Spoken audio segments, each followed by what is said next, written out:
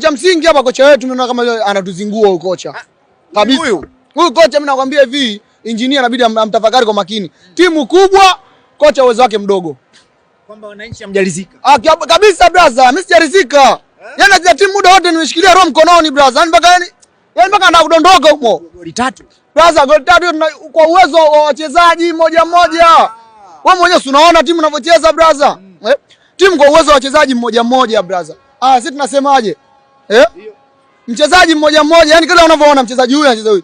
Mchezaji anacheza yani hawana ushirikiano kabisa yani. Kocha uwezo umemshinda kabisa ni kuangalia bwana hata bwana nifanye hivi, attention nifanye hivi. Unajua katika mpira angalia basi. Kwanza tuna mechi ngumu mbeleni au sio bwana? Alitakiwa angalie, angeingiza Dumbia mapema, tupate kwanza matokeo. Hapo mwishoni tia wachezaji wako nao wataka ili wa relax, ili kama watapata magoli kwa kubahatisha kwa relax na kwa afadhali. So unacheza mechi wananchi hamna imani. Mimi sina imani kabisa na huyo kocha. Kabisa yani. Yaani kama Mwenyezi Mungu naomba nisamee. Kwanza mechi ya kwanza. Brother, sio mechi ya kwanza. Angalia toka mechi siku ya Mwananchi.